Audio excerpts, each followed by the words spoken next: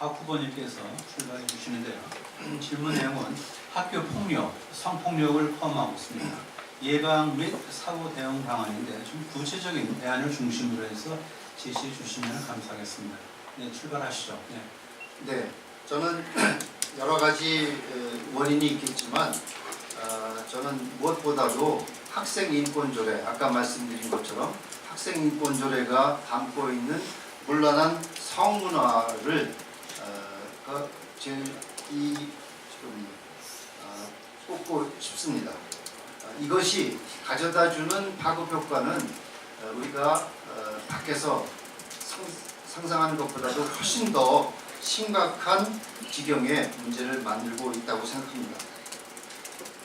그리고 또 이 아름다운 성문화에 대한 교육을 하기보다는 밖에서 학생들이 교육적이지 않은 여러 가지 매체를 통해서, 상업적인 매체를 통해서 아주 부정적인 성문화를 접하고 있습니다. 그러다 보니까 그런 것에 빠져서 깊게 영향을 받거나 아니면 아예 성은 굉장히 부정적인 것이고 더러운 것이고 이러한 양반된 이런 현상들을 바라보게 됩니다. 그런 것을 볼 때 저는 이런 면에서도 학생인권조례가 시급히 폐지되어야 된다 하는 것을 다시 한번 말씀드리고, 그 다음에 제가 이제 오늘 우리 학교의 성희롱 예방 지침을 한번 다시 뽑아봐가지고 봤습니다. 봤을 때 이 조항들은 굉장히 나름대로 잘 만들어져 있습니다. 그런데 제가 몇 번의 경우에 이런 케이스들을 볼 때 요즘에 보면 이런 사건이 발생하면 꼭 이제 교육청이라든가 또 경찰, 지역 경찰에 신고를 의무적으로 하게 되어 있습니다. 그러다 보니까 생기는 문제가 피해를 당한 학생을 보호하는 데 최선의 노력을 기울여야 되는 그런 것보다는 이걸 어떻게 박 후보님께 드리겠습니다. 시간 제한 3분입니다. 네, 출발하시죠. 네. 저는 오랫동안 서울대학교 성희롱 성폭력 자문위원, 조사위원을 했습니다. 아마 우리 지금 박 후보님께서 가지고 나오신 이 디지텍 고등학교의 성희롱 지침서도 제가 그쪽에서 국회 가기 전까지 그 직을 맡고 있었거든요. 제가 만들었던 것이 토대가 되었으리라고 생각을 합니다. 깊은 얘기 안 드리겠습니다. 조희연 교육감이 되고 나서 지난 4년 동안 학교 성폭력이 171% 늘었습니다. 10%, 17%가 아니고요. 171.9%가 늘었습니다. 그래서 학생이 피해를 받은 경우에는 연평균 2241명. 그럼 4년이면 얼마일까요? 정말 놀랍죠. 그런데 학생이 교사를 성희롱한 건수는 2014년에 80건에서 지금 2016년까지만 통계가 나와 있는데 112건으로 2년 동안에 거의 30건 이상이 늘어났습니다. 왜 이럴까요? 왜 이럴까요?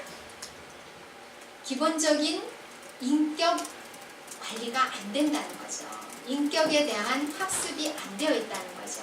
그래서 저는 이것을 단계적으로 사전 조치, 사후 교정 조치, 사전 예방 조치, 사후 교정 조치로 나누어서 사전에 성폭력, 그 다음에 일반 폭력이 일어나지 않도록 하기 위해서 우리 교육감은 유치원부터 권한을 가지고 있습니다. 그래서 유치원 교육에서는 비폭력 대화에서부터 시작해서 이 비폭력 대화, 그 다음에 자기 마음 알아차리고, 그러니까 자기를 돌아보는 시간이거든요. 그래야 분노 조절도 할 수 있고요.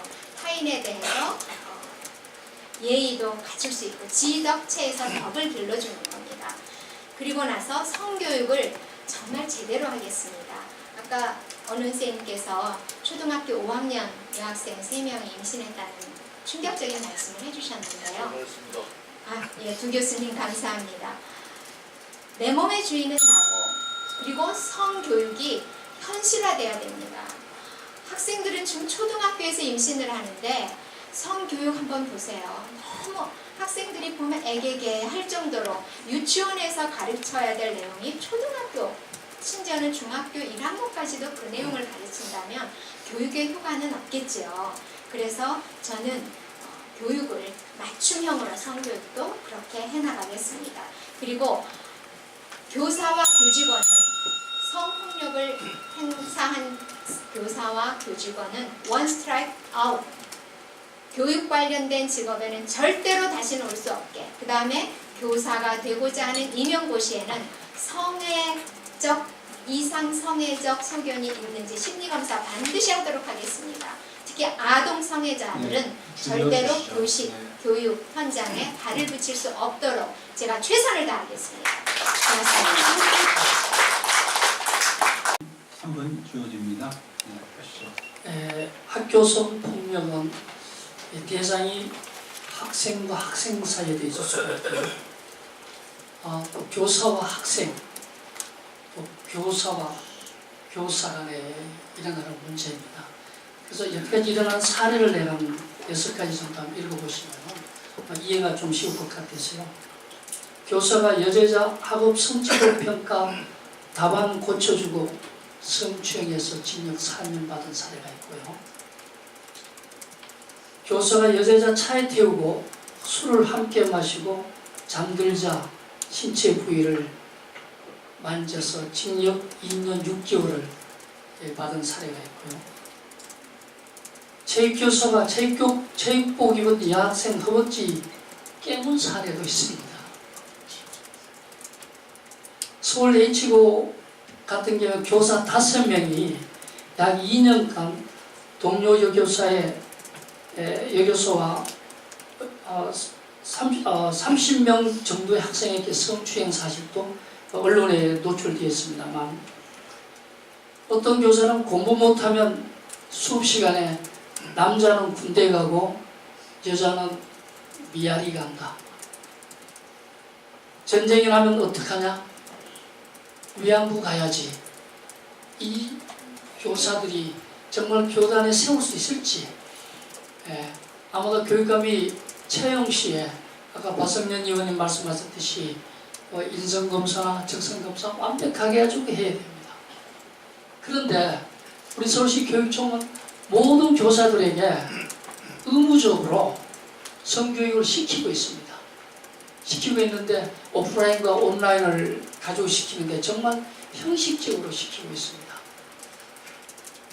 제가 만약 서울시 교육청에 입성하게 된다면 오프라인이든지 온라인이든지 확실히 해서 수료증까지 발부를 시켜서 모든 교사가 수업 중에도 성교육을 시킬 수 있는 성교육 교사로 만들겠습니다. 이상입니다. 질문을 드리겠습니다. 네, 3분 네, 시간. 네, 가시죠. 네. 원고 보고 하려고 때는 좀 답답하고, 제가 물리치료학과 교수입니다. 우리는 수업을 하는데 몸을 만져야 돼요. 진단해야 됩니다. 옷에 애들이 얼마나 영악한지 저 카메라까지 다 돌리고 동영상 돌리는데도 불구하고 성이라는 거 말입니다. 내가 기분 나기는 들어요. 내가 조금만 해도 내가 수치심을 느낀다 하면 성폭력이에요. 성추행입니다. 남자들 시가 바릅니다. 이래서 학교에서 어떻게 되느냐, 정말 힘듭니다. 학교 생활을 하기 굉장히 힘듭니다. 여학생들도 남학생들도 마찬가지. 아까 인권조례 말씀하셨습니다만 그 이놈의 인권조례 때문에 초등학생 3명이 집단적으로 임신을 했는데도 인권 섹스는 자기 존중도 때문에 보호받지 못했습니다. 여러 가지 말씀을 다 하셨기 때문에 뭐 지저분한 이야기 계속 해봐야 여기 원고대로 모범 답안 갖고 왔습니다만, 그 성에 대해서는 여러분들이 판단하십시오. 그걸 갖다가 여기 와서 이러쿵 저러쿵 해봐야 결론 날 일도 아니고.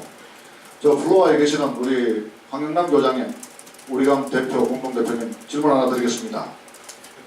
예, 긴장하지 마시고, 교장 출신이잖아. 한 30-40개 학급을 가신 교장 선생님한테 여쭤볼게요. 퇴임한 교장이 감사받을 수 있습니까? 없지요. 퇴임한 교장이 감사받는다고 온 페이스북에다가 감사해서 감사합니다 이렇게 이야기합니다. 교장이니까 한번 물어보죠. 교과부 감사 3개 클래스 정도 되는 디지털 고등학교 같은 경우 감사 교과부 교육부에서 감사 나옵니까? 안 나옵니다. 나올 수 있습니까? 없습니다. 어디서 나옵니까? 교육청에서 나옵니다. 중학교는 어디서 나옵니까? 교육청에서 나옵니다. 지원교육청이죠. 예, 교육청. 교육부에서 고등학교 감사 안 나옵니다. 뭐 때문에 나오는지 모르겠지만 교육부에서 감사 나오면요 저 공정거래위나 이런 데서 나옵니다.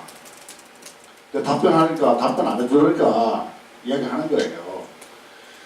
감사하는데 감사해서 감사합니다. 김상곤하고 친구인가 모르겠어요. 예? 감사해달라. 하도 이제 좌파 우파 등등하니까 아무 일 없다. 우리는 학교 깨끗하다. 이렇게 해서 그걸로 퉁칠란지 모르겠지만 그 질문에 답을 하셔야지 지금. 질문 답하잖아요. 이거 내가 하나의 문제를 제가 그걸 하고 내가 진행하세요. 물리치료학과 교수이기 때문에 이 성폭행에 대해서는 굉장히 힘들다. 이게 답변이에요. 각자 판단하시라 그러는 거고 지금 질문에 대해서 감사 부분에 대해서 이것을 보고 계시는 시청자 여러분께서 잘 확인해 주십시오. 감사합니다.